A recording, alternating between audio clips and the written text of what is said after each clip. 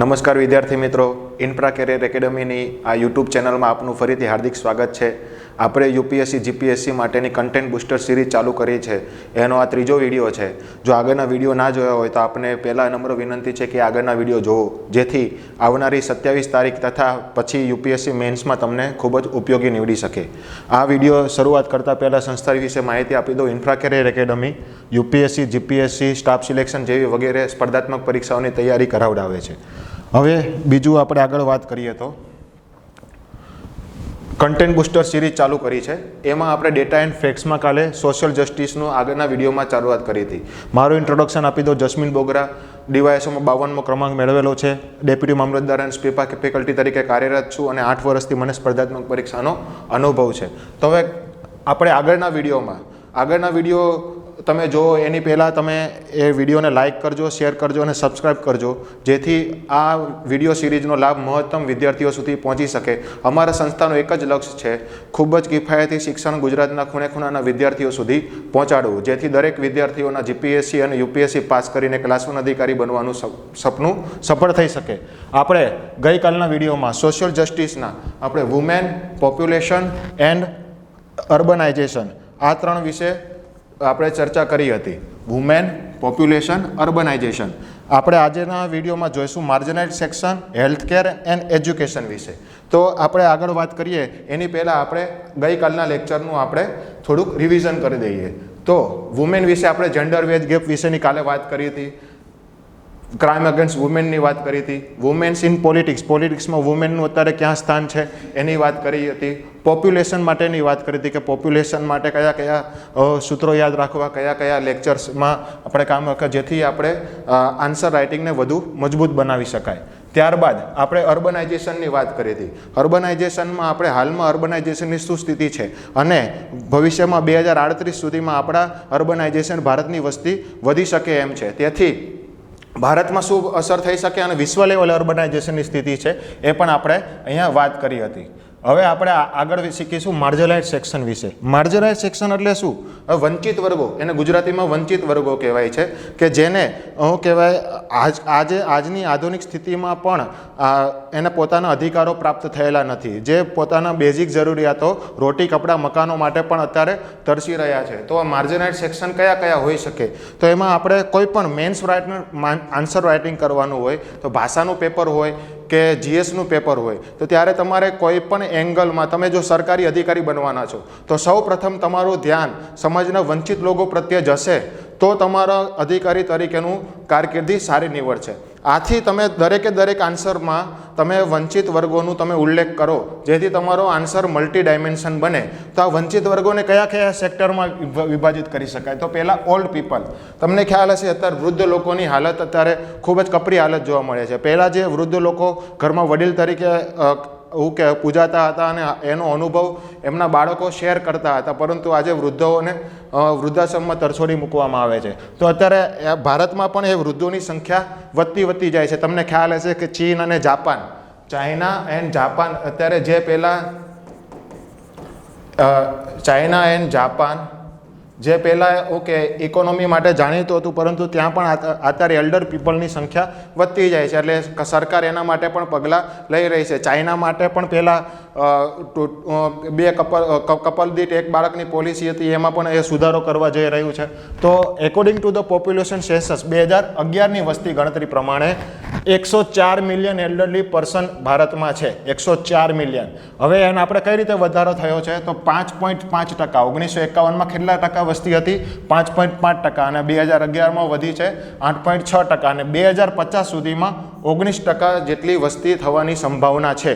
તો આ તમારે આને યાદ કઈ રીતે રાખવું? તો 2011ની વસ્તી ગણતરી હતી, એમાં આપણે 8.6% એલ્ડર પીપલ હતા ભારતમાં અને 2050માં સુધીમાં 19%. એટલે તમે ખાલી આ 2 આંકડા યાદ રાખશો ને તો પણ તમે આન્સર રાઇટિંગમાં તમે સારી રીતે જસ્ટિફાઈ કરી શકશો કે ભાઈ 2011ની વસ્તી ગણતરી પ્રમાણે ભારતમાં 8.6%, આશરે લખો 8.5% તો પણ ચાલે, કે એટલા લોકો એલ્ડર પીપલ હતા. અને વસ્તી ગણતરીના અંદાજો મુજબ 2050 સુધીમાં આ વસ્તી 19% સુધી વધવાની શક્યતા છે. તો તેથી તમે યાદ રાખી શકો કે વૃદ્ધો લોકોની સમસ્યાઓને તાત્કાલિક અત્યારે નિવારણ કરવું જરૂરી છે અને આ માટે આપણે ભારત સરકારે ઘણા કે પહેલો પણ ચાલુ કરી છે. તમને ખ્યાલ હશે કોરોનામાં ટેલિમેડિસિન થકી અને સંજીવની થકી વૃદ્ધ લોકોને ઘરેથી સારવાર મળી રહી અને ઘરેથી જેમને શાક બકાલું વગેરે મળી રહી એવી પણ સુવિધા કરેલી છે. તથા તાજેતરમાં આપણે 2007નો એક જે કાયદો હતો એમાં સરકારી કર્મચારીઓ અને વૃદ્ધ માતા પિતાઓની સારા સંભાળ માટે એમને ફરજિયાત બનાવવામાં આવેલું છે. ખ્યાલ આવી ગયો. બીજા માર્જિનાઇઝ સેક્શનમાં કયા આવે? ડિસેબલ વ્યક્તિ. ડિસેબલ એટલે આપણે જેને દિવ્યાંગજન કહેવાય છે. મોદી સાહેબે જેને દિવ્યાંગજનનું બિરુદ આપેલું છે તો 2011ની વસ્તી ગણતરી પ્રમાણે ભારતમાં હવે ડિસેબલ પર્સન કેટલા હતા? 2.68 કરોડ. 2.68 કરોડ હતા એટલે કે ટોટલ વસ્તીના કેટલા ટકા થાય? 2.21%. આંકડો ના યાદ રાખો, ખાલી પર્સન્ટેજ યાદ રાખશો તો પણ ચાલશે. 2.20% પોપ્યુલેશન ભારતમાં ડિસેબલ પર્સનની હતી. ખ્યાલ આવી ગયો. હવે મેજોરિટી, આ ડિસેબલ પર્સનની મેજોરિટી એટલે કે 69% ડિસેબલ વ્યક્તિઓ ખાલી ક્યાં રહેતા હતા? રૂરલ એરિયામાં. તમે વિચારો કે જે એક ડિસેબલ વ્યક્તિ જે સરખી રીતે ચાલી શકતો નથી, બોલી શકે, કોઈ પણ એની દિવ્યાંગતા છે, એમાં મોટા ભાગના રૂરલ એરિયામાં જ રહે છે, જેથી એને બેઝિક નેસેસિટીમાં ખૂબ જ તકલીફ પડે છે. બીજું આપણે આ માટે શું કાર્ય કર્યું છે? તો right of person with disability act 2016 આપણે લાવ્યા કે જેમાં આપણે ડિસેબિલિટીથી જે પણ પીપલ સફર કરતા હતા, જેનો ભોગ બનતા હતા, એને આપણે 3 થી 4% ગવર્મેન્ટ જોબમાં રિઝર્વેશન આપ્યું અને 3 થી 5% હાયર એજ્યુકેશન ઇન્સ્ટિટ્યૂટમાં આપણે રિઝર્વેશન આપ્યું. બરોબર. અને આની કેટેગરીમાં પણ આપણે આ કાયદા થકી વધારો કરવામાં આવ્યો હતો. પહેલાં 17 કેટેગરીમાં દિવ્યાંગતા આપવામાં આવી હતી, હવે અત્યારે 21 કેટેગરીને એલિજિબલ કરવામાં આવેલી છે. તો આ થઈ ઓલ્ડ પીપલ અને ડિસેબલ વ્યક્તિની વાત. હવે આપણે આગળના માર્જિનાઇઝ સેક્શન વિશે આપણે જોઈએ તો એ આવે છે ટ્રાન્સજેન્ડર, એસસી, એસટી અને ચાઇલ્ડ. તો પહેલાં તો ટ્રાન્સજેન્ડર. તો તમને ખ્યાલ હશે, અવારનવાર સમાચારમાં આવે છે કે ભાઈ હમણાં તાજેતરમાં આવ્યું હતું કે ભાઈ કેરળના કલેક્ટર તરીકે ટ્રાન્સજેન્ડર મહિલાની નિમણૂક થઈ, એ પહેલી વહેલી હતી. તો હવે ટ્રાન્સજેન્ડરના પ્રગતિ માટે પણ ભારત સરકાર કાર્ય કરી રહી છે. તો તમારે એનો કોઈ ઉલ્લેખ કરવાનો થાય તો આપણે ઇન્ડિયામાં અત્યારે એની વસ્તી કેટલી છે? અરાઉન્ડ 4.88 લાખ. એટલે કે ભાઈ 5 લાખથી નજીકમાં એમની વસ્તી છે. પછી વાત કરીએ schedule caste people. Schedule caste people 2011ની વસ્તી ગણતરી પ્રમાણે આપણે એની કેટલી ટકા વસ્તી છે? 16.6%. અને લિટરસી રેટ એનો કેટલો છે? 66%. તો આજે જ આરામથી યાદ રહી જશે. 16.6% એટલે છેલ્લે 66 આવ્યું, તેનું લિટરસી રેટ કેટલો થયો? 66. બરોબર છે. તો આ શિડ્યુલ કાસ્ટનું હવે હું તમને વિચાર આવે કે હું તમને આના વસ્તીઓ અને એના લિટરસી રેટ તમને શું કામ ભણાવું છું? તો એ તમારા ઇકોનોમીના તમારા જીપીએસસીનું સિલેબસ જોશો, તેમાં ઇકોનોમીમાં એક પોર્શન છે વસ્તી વિષયક પરિબળો. એમાં તમારે દરેકે દરેક કેટેગરીના વસ્તી અને એની લિટરસી રેટ તમારો જાણકારી હોવી જોઈએ. આપણે પોપ્યુલેશનમાં દરેક એજ ગ્રુપ વાઇઝ વાત કરી હતી. આજે આપણે માર્જિનાઇઝ સેક્શનનું કેટેગરી વાઇઝ વાત કરીએ છીએ. ખ્યાલ આવી ગયો. હવે આપણે વાત કરીએ એસટી વિશે. તો 2011ની વસ્તી ગણતરી પ્રમાણે એમની વસ્તી કેટલી હતી? 8.6%. જો આ કઈ રીતે યાદ રાખશે? એસસીની વસ્તી કેટલી છે? 16%. એના અડધા કેટલા થાય? 8%. એટલે 16ના અડધા 8 અને 0.6 તો બંનેના સરખા જ છે. એટલે 16.6% એસસીની વસ્તી, 8.6% એસટીની વસ્તી. ખ્યાલ આવી ગયો. હવે લિટરસી રેટ. તો લિટરસી રેટ કેટલો થયો? એસસીનો 66% હતો અને આપણે એસટીનો કેટલો છે? 59%. એટલે કે ભાઈ 7% એસટીનો સાક્ષરતા દર ઓછો છે. આવી રીતે કમ્પેરેટિવ યાદ રાખશો તો આંકડા તમારે ગોખવા નહીં પડે, ઓટોમેટિકલી યાદ રહી જશે. હવે વાત કરીએ ચાઇલ્ડની, બાળકો. તો મિસિંગ ચિલ્ડ્રન એક રિપોર્ટ આવેલો છે કે ભાઈ ભારતમાં સરેરાશ, આપણે ministry of women child development દ્વારા એક રિપોર્ટ આવેલો છે કે ભારતમાં સરેરાશ દર 10 મિનિટે એક ચાઇલ્ડ મિસિંગ થાય છે, એટલે કે ગુમ થઈ જાય છે. એટલે બાળકો ગુમ થવાની શક્યતા કે આપણા ભારતમાં ખૂબ વધુ છે. એ જે ચિંતાજનક વાત છે.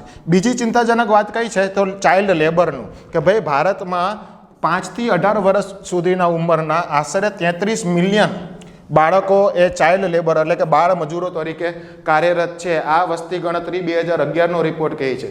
બીજું આવે ક્રાઇમ અગેન્સ્ટ ચિલ્ડ્રન. ભાઈ ઇન્ડિયામાં 350 ક્રાઇમ અગેન્સ્ટ ચિલ્ડ્રન દરરોજ થાય છે. એટલે કે ભાઈ એક દિવસમાં 350 બાળકો સામે ગુનાઓ કે થાય છે, એટલે કે બાળકો એ ગુનાઓનો ભોગ બને છે. આ ડેટા છે નેશનલ ક્રાઇમ રેકોર્ડ બ્યુરોનો. બીજો તમને ખ્યાલ હશે કે પોસ્કો એક્ટ આવ્યો 2012માં કે જે બાળકો વિરુદ્ધ જાતીય ગુનાઓ હોય એના નાથવા માટેનો કાયદો બનાવવામાં આવેલો છે. તો પોસ્કો કેસીસ ભાઈ અત્યારે કેટલા પેન્ડિંગ છે? એના માટે ફાસ્ટ ટ્રેક કોર્ટની આયોજન કરવામાં આવ્યું હતું, પરંતુ ફાસ્ટ ટ્રેક કોર્ટમાં અત્યારે 2.26 લાખ એટલે કે 2.25 લાખ જેટલા કેસ પેન્ડિંગ છે.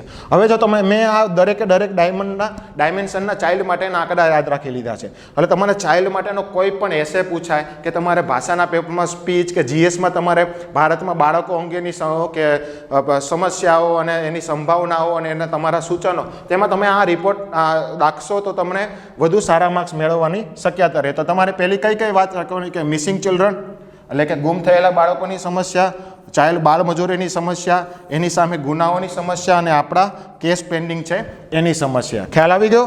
હવે આપણે આગળ વાત કરીએ તો આ થઈ હતી માર્જિનલાઇઝ સેક્શનની વાત. હવે ભારતમાં સ્વાસ્થ્ય સુવિધાની કેટલી ફેસિલિટી છે એની હવે વાત કરીશું, એટલે કે હેલ્થ કેર ઇન ઇન્ડિયા.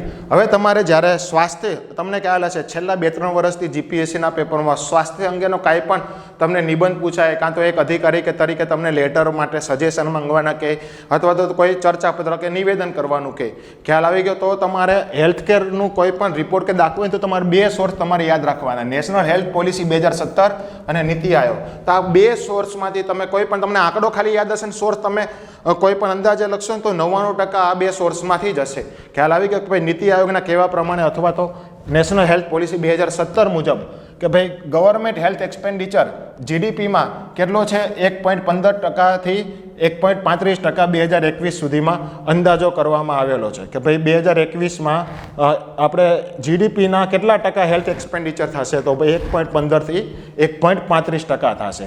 હવે આપણે જો કેટલો ઓછો છે એ સામે યુએસમાં કેટલો થાય છે 16.9%, અને વર્લ્ડમાં બધા દેશોની સરેરાશ કેટલી છે 6%. આ યુએસનો આંકડો ના યાદ રાખો તો પણ ચાલે, પરંતુ એક આંકડો એવી રીતે આપણે યાદ રાખી શકાય કે ભાઈ વિશ્વના તમામ દેશોના સરેરાશ શું કે હેલ્થ એક્સપેન્ડિચર એટલે કે સ્વાસ્થ્ય સુવિધા માટે પાછળનો ખર્ચો 6% થાય છે, જ્યારે ભારતમાં માત્ર 1.15થી 1.35% થાય છે, જે ખરેખર ચિંતાજનક વાત છે. હવે એ પાછો જે આપણે એક્સપેન્ડિચર કરીએ છીએ ને એમાં 2 પ્રકારના એક્સપેન્ડિચર હોય. કયા કે ક્યુરેટિવ અને પ્રિવેન્ટિવ. ક્યુરેટિવ એટલે શું? ક્યુરેટિવ એટલે કે ભાઈ બીમાર પડ્યા હોય અને પછી એને સાજા કરવાની માટેનો ખર્ચો, અને પ્રિવેન્ટિવ કે લોકોને બીમારી જ ના થાય એના માટે અગાઉ આપણે પગલાં જે લઈએ એના માટેનો. તો તમે જ વિચારો કે કયું પગલું પહેલાં લેવું જોઈએ કે ભાઈ લોકો બીમાર જ ના પડે એ માટેના કાર્યો કરવા જોઈએ, તો એનો એક્સપેન્ડિચર વધવો જોઈએ.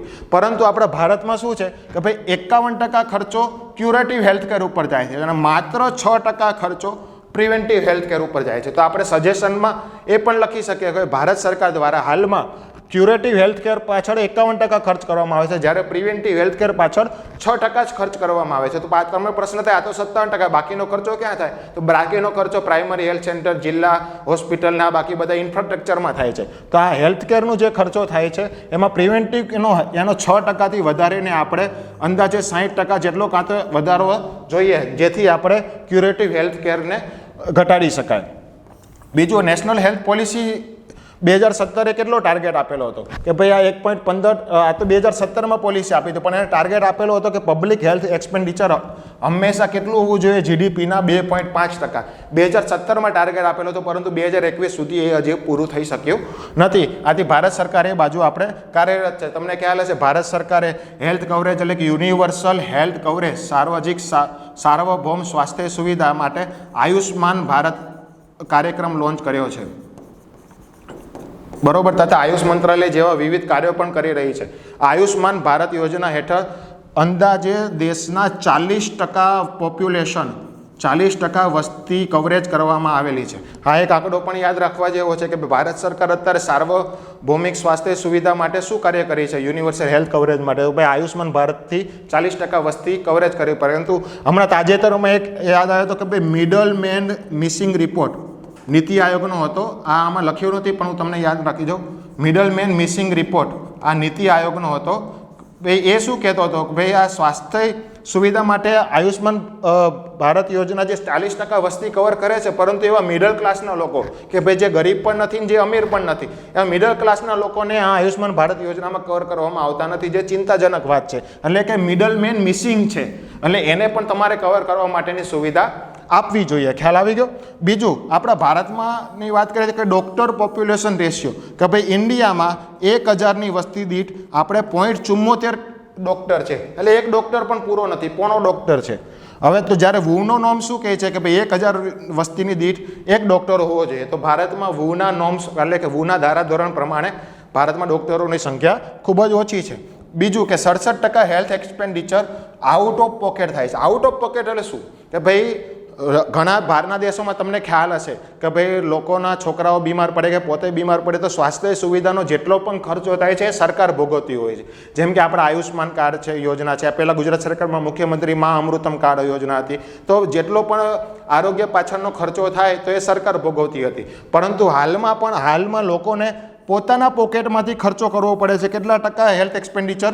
67%. એટલે 67% હેલ્થનો ખર્ચો વ્યક્તિઓના પર્સનલ પોકેટમાંથી જાય છે. તો જે ખૂબ જ મોટો આંકડો છે અને એ બાબતે ભારત સરકારે કાર્ય કરવું જોઈએ. તો આ રીતે તમારે આંકડા યાદ રાખવાના. બીજું આગળ વાત કરીએ કે ડિસીઝ બર્ડન વુ રિપોર્ટ, એટલે કે વુ રિપોર્ટના પ્રમાણે ભારતમાં રોગોનું બર્ડન કેટલું છે. તો જો આ આંકડા તમને ક્યાં યાદ આવશે, ક્યાં કામ આવશે કે ભારતમાં હેલ્થ સેક્ટરની સમસ્યાઓ વિશે તો તમારે વાત કરવી છે તો ચાલશે, પરંતુ તમારે કોઈ રોગો વિશે આપણે પ્રશ્ન પૂછે છે તો એમાં સ્પેસિફિક તમે એ પણ કહી શકો, અથવા તો કોઈ સ્પીચ આપવાની છે તમારે સ્વાસ્થ્ય મંત્રી તરીકે લખાણ કરો કે ભાઈ વિશ્વ ટીબી દિવસ 24 માર્ચના રોજ સ્વાસ્થ્ય મંત્રીનું ભાષણ તૈયાર કરો, તો એમાં ટીબી દિવસના તમે આટલું તો તમને યાદ હોવું જ જોઈએ કે વિશ્વના ટીબી બર્ડનના 34% કેસો માત્ર ક્યાં છે? ભારતમાં છે. ખ્યાલ આવી ગયો? આ રીતે જો તમે આ આંકડાઓ યાદ રાખશો પરંતુ તમે પેપરમાં ઇમ્પ્લિમેન્ટ નહીં કરો તો કશું કામનું નથી. આટલું હું તમને એ રીતે જ યાદ કરાવું છું કે તમારે આંકડાને ક્યાં ક્યાં વાપરી શકાય. ખ્યાલ આવી ગયો? વર્લ્ડ પ્રીમેચ્યોર મોર્ટાલિટી કેટલો છે? 26%. પ્રીમેચ્યોર મોર્ટાલિટી ડેથ એટલે શું કે ભાઈ માતા કે જ્યારે બાળકને જન્મ આપે અથવા તો જન્મ આપ્યાના 1 વર્ષ સુધીમાં એમનું ડેથ થાય તો પ્રીમેચ્યોર મોર્ટાલિટી ડેથ એનો 26% આપણું ભારતમાં કિસ્સો છે. હવે નિયોનેટલ ડિસીઝ નિયોનેટલ ડેથ એટલે ભ્રૂણ કહેવાય મૃત્યુઓ એ પણ 27% છે. વર્લ્ડ ચાઇલ્ડ ડેથ બાળકોના મૃત્યુમાં પણ 21% ડિસીઝ બર્ડન છે કે ભાઈ આ બાળકો માતાઓના આપણે મૃત્યુદરમાં વધારો થઈ રહ્યો છે, એના મોટાભાગનું બર્ડન ઇન્ડિયામાં આપણે આટલું છે. હવે મેડિકલ ઇક્વિપમેન્ટ આપણે ઇન્ડિયામાં 70 થી 80% મેડિકલ ઇક્વિપમેન્ટ આપણે બહારથી આયાત કરી રહ્યા છે. તો તમને એ પણ થાય કે તમે સ્વાસ્થ્ય અંગેનો કોઈ પણ જીએસનો નિબંધ લખતા હોય કે આન્સર લખતા હોઈએ તો તમે એ કહી શકો કે ભારતમાં સ્વાસ્થ્ય સુવિધા સામે પડકારો કયો છે. એક પડકાર એવો છે કે ભાઈ 70 થી 80% મેડિકલ ઇક્વિપમેન્ટ આપણે બહારથી આયાત કરીએ છીએ. અને ઇન્ડિયા જે એપીઆઈ એટલે આર્ટિફિશિયલ ફાર્માસ્યુટિકલ ઇન્સેન્ટિવ એ આપણે 70% ખાલી ચાઇનામાંથી જ આયાત કરી રહ્યા છે. આ ડિસેમ્બર 2021ની સ્થિતિ છે. એટલે આપણે બધા બેન ચાઇના કરીએ છીએ, પરંતુ પહેલાં આપણે આ મેડિકલ ફાર્માસ્યુટિકલ ક્ષેત્રને મેક ઇન ઇન્ડિયાના પ્રોગ્રામ થકી મેન્યુફેક્ચરિંગ ક્ષેત્રે આગળ વધારવાની જરૂર છે. ખ્યાલ આવી ગયો? હવે મેં વાત કરી હમણાં આગળ મેટર્નલ મોર્ટાલિટી ડેથ એટલે કે માતૃ મૃત્યુદર. તો ભાઈ એ આપણે પહેલાં 2016 થી 18માં કેટલો હતો? 113 હતો. તે જે ઘટીને 103 થયો છે 2017 થી 19માં. એટલે કેટલો ટકા ઘટાડો થયો છે? તો 8.8% ડિક્લાઇન થયો છે. જો તમારે બે વસ્તુમાંથી કોઈ પણ એક વસ્તુ યાદ રાખી શકાય, એમ યાદ રાખી શકાય કે 2016 થી લઈને 2019 સુધીમાં 8.8% માતૃ મૃત્યુ દરમાં ઘટાડો થઈ રહ્યો છે. અથવા તો એમાં યાદ રાખી શકીએ 113માંથી 103 થયો છે, એટલે 10 પોઈન્ટ ઘટ્યો છે. ખ્યાલ આવી ગયો? હવે માતૃ મૃત્યુ દર કોને કહેવાય? સાથે સાથે વ્યાખ્યા આપી દો. આ માતૃ મૃત્યુ દર એક જ એવી વ્યાખ્યા છે કે જેમાં 1 લાખની વસ્તી દીઠ આવે છે પ્રમાણ. નકર બધા મૃત્યુ દર કે જન્મ દરમાં 1000નું પ્રમાણ આવે. તો ભાઈ 1 લાખ માતાઓમાંથી જે 15 થી 49 વર્ષ સુધીમાં માતૃત્વ ધારણ કરવાની ક્ષમતા ધરાવે છે, એમાં 1 લાખ માતાઓમાંથી જેટલા ડેથ થાય છે એ રેટને માતૃ મૃત્યુ દર કહેવાય છે. ખ્યાલ આવી ગયો? ઇન્ડિયાએ બધા સસ્ટેનેબલ ડેવલપમેન્ટ ગોલ ટાર્ગેટ જે આપણે નક્કી કર્યા છે એમાં મેટર્નલ મોર્ટાલિટી રેટ એટલે કે માતૃ મૃત્યુ દર 70 મેટર્નલ ડેથ પર લાખ લાઈફ આપણે 2030માં કર્યું છે.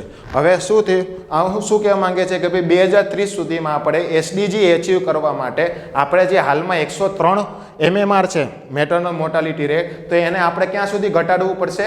70% સુધી ઘટાડવું પડશે કે હજી આપણે 33 પોઈન્ટ ડાઉન કરવું પડશે 2030 સુધીમાં. એના માટે સરકાર જીવન જનની સુરક્ષા યોજના, ચિરંજીવી યોજના, ઘણી બધી યોજનાઓ અમલમાં મૂકી રહી છે. બીજું, નેશનલ ફેમિલી હેલ્થ સર્વેના 5મા સર્વેક્ષણ પ્રમાણે ઇન્સ્ટિટ્યુશનલ ડિલિવરી એ 90%થી પણ વધુ થયું છે. એટલે કે ભાઈ એ કે કેટલા સ્ટેટમાં કે ભાઈ 22 સ્ટેટ અને યુનિયન ટેરિટરી છે એમાં 14 સ્ટેટ અને યુનિયન ટેરિટરીમાં 90%થી વધુ આપણે ઇન્સ્ટિટ્યુશનલ ડિલિવરી થાય છે. ઇન્સ્ટિટ્યુશનલ ડિલિવરી એટલે શું? એટલે ભાઈ માતા બાળકને જન્મ આપે, નવજાત શિશુને જન્મ આપે તો એની ડિલિવરી એ હોસ્પિટલ કાં તો અમુક પ્રાઇમરી હેલ્થ સેન્ટર કે આંગણવાડી વગેરે જેવી સરકારી કે પ્રાઇવેટ સંસ્થાઓમાં થાય, નહીં કે ઘરે થાય. એટલે કે સ્પેશિયલ જે એનો ઓથોરાઇઝ પર્સન હોય એની હાજરીમાં થાય. તો ઇન્સ્ટિટ્યુશનલ ડિલિવરીનું પ્રમાણ સારી વાત કહેવાય કે 22 રાજ્યોમાંથી 14 રાજ્યોમાં એનું પ્રમાણ 90%થી વધુ છે. બીજું ઇન્સ્યોરન્સ પેનેટ્રેશન, એટલે કે ભાઈ ભારતના લોકો કેટલા ટકા ઇન્સ્યોરન્સથી કવરેજ છે? તો ભાઈ 2019માં એનો કેટલો રેટ હતો? ભાઈ 3.76 હતો અને 2020માં એ કેટલો થયો? 4.20%. એટલે ઇન્સ્યોરન્સ પેનેટ્રેશન પણ વધી રહ્યું છે. આનું કારણ શું?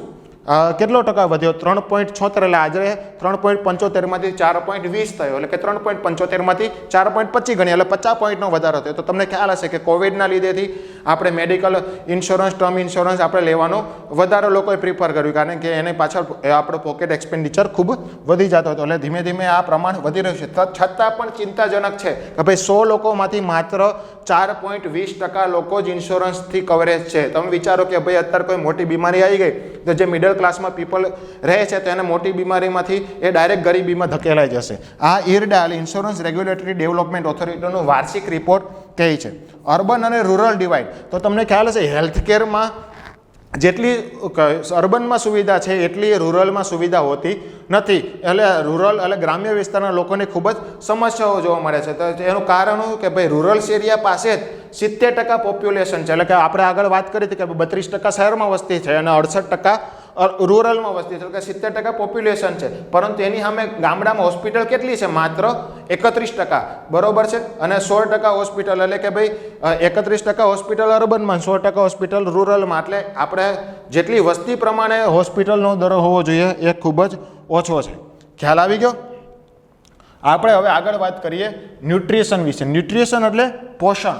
પોષણમાં ઓકે, ભારતમાં મેં તમને વાત કરી હતી અગાઉ, ભારતમાં 3.4% બાળકો ઓવરવેટની પીડાથી સમાય છે. એટલે આપણે અહીંયા ફરીથી આંકડો રિપીટ થયો ઇન્ટ્રોડક્શનમાં. અને બીજું ઓવરવેટ વુમેન, એટલે 24% વુમેન ઓવરવેટેડ છે.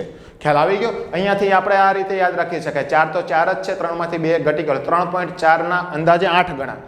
ઓવરવેટ મેન, પુરુષો કેટલા ઓવરવેટ છે કે ભાઈ 22.9%, એટલે 23% ઓવરવેટ મેન છે.